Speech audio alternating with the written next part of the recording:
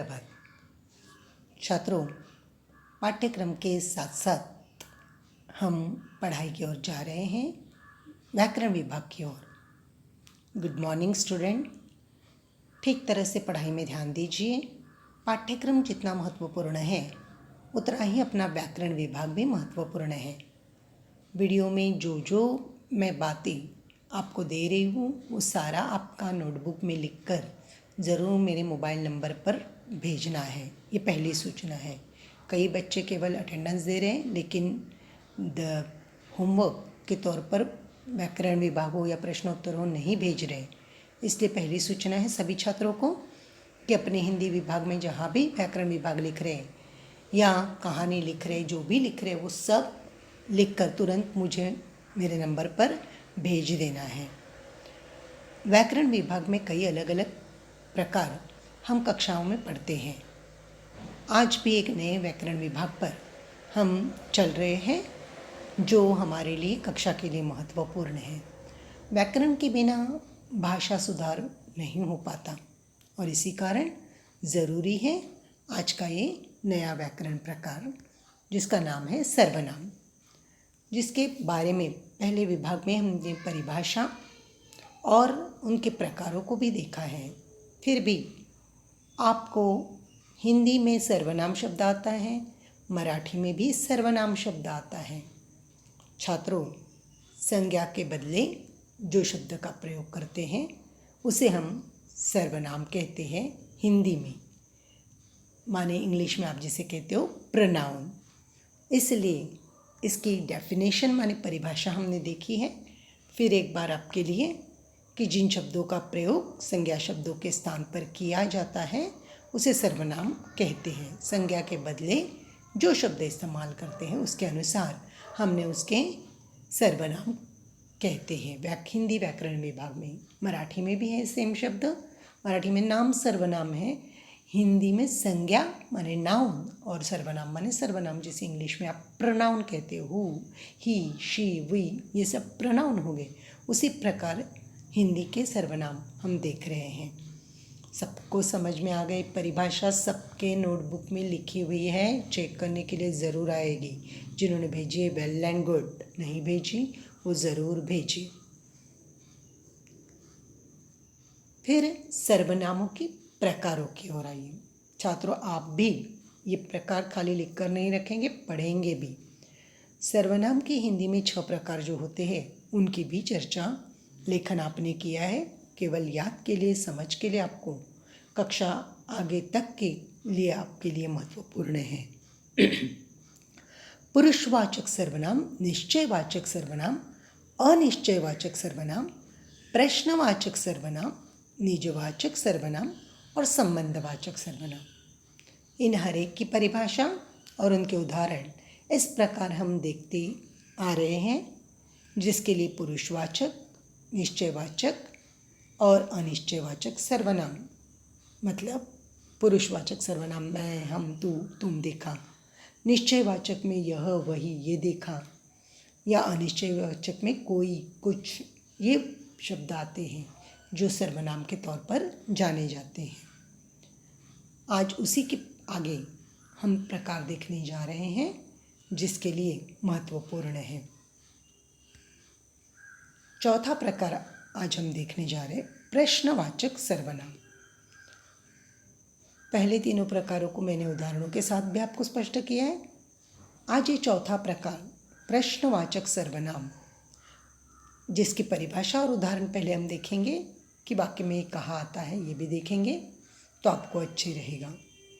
प्रश्नवाचक सर्वनाम, जिस सर्वनाम शब्द से प्रश्न का बोध कराते हैं उन्हें प्रश्नवाचक सर्वनाम कहते हैं।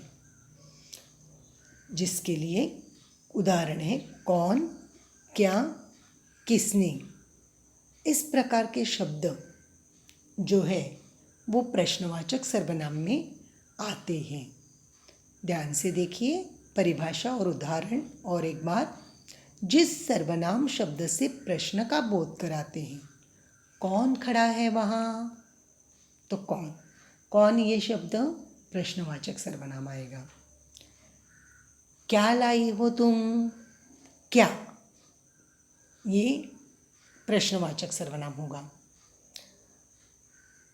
किसने पुल का वृत्तांत तैयार किया, किसने, मतलब ये प्रश्नवाचक सर्वनाम होगा जिसका उत्तर कोई तो एक संज्ञा आएगा ही।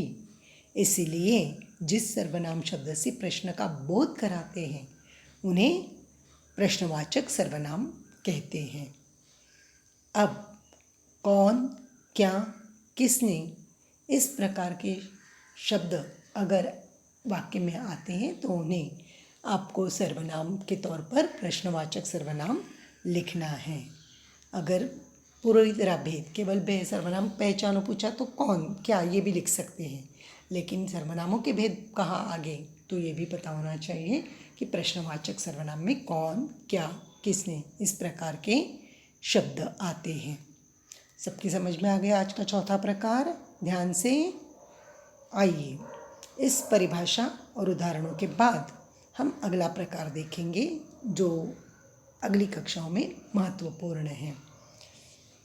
निजवाचक सर्वनाम, पांचवा भेद जिसमें निजवाचक सर्वनाम कहते हैं, उसकी परिभाषा और उसके उदाहरण आज हम देखेंगे। जो सर्वनाम शब्द अपनेपन का बोध कराते हैं उन्हें निजवाचक सर्वनाम कहते हैं। देखिए परिभाषा में निजवाचक शब्द बहुत महत्वपूर्ण है। पांचवें प्रकार में निजवाचक सर्वनाम माने जो सर्वनाम शब्द अपनेपन का बोध करता है। अपनेपन का बोध कराने के लिए हिंदी में कुछ शब्द आते हैं, उन्हें निज, निज का अर्थ है अपना, निज शब्द का अर्थ है अपना, तो निजवाचक माने अपनेपन की भावना हो जिस शब्द से वह कहेगा, शब्द निजवाचक सर्वनाम। और इसी कारण हमारे लिए उदाहरण है निजवाचक सर्वनाम के दिए हुए कि स्वयं, अपने आप, ये शब्द हम हिंदी भाषा में कहानी में, पाठों में कई बार देखते हैं। वह स्वयं वहाँ गया, वह स्वयं, मैं स्वयं ये बात सुनकर आया हूँ, मैं स्वयं माने अपने बारे में ये बात सुनकर आया हूँ, मैं स्वयं ये बात सुनकर आया हूँ। स्वयं का अर्थ है मैं खुद, तो अपने बारे में निजवाचक का है शब्द जिसमें शब्द बोध क्या होता है, अपनेपन का बोध होता है। और इसी कारण निजवाचक सर्वनाम में अपने आप कहते वाक्यों में तुम अपने आप को बदल डालो, तुम अपने आप को उस तरह बना लो। अपने आप मतलब अपनेपन की भावना का शब्द है, बोध कराता है। और इसी कारण निजवाचक सर्वनाम में अपने आप, वह वहाँ चला गया, इस प्रकार के वाक्यों में जो सर्वनाम आता है अपने आप या स्वयं, ये शब्द क्या हो जाएंगे, निजवाचक सर्वनाम।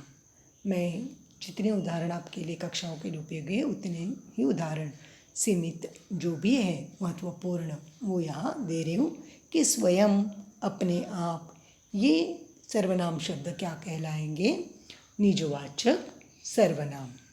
सबकी समझ में आ गया परिभाषा और उदाहरण। अब सर्वनाम का अगला प्रकार हम देखने जा रहे हैं वो है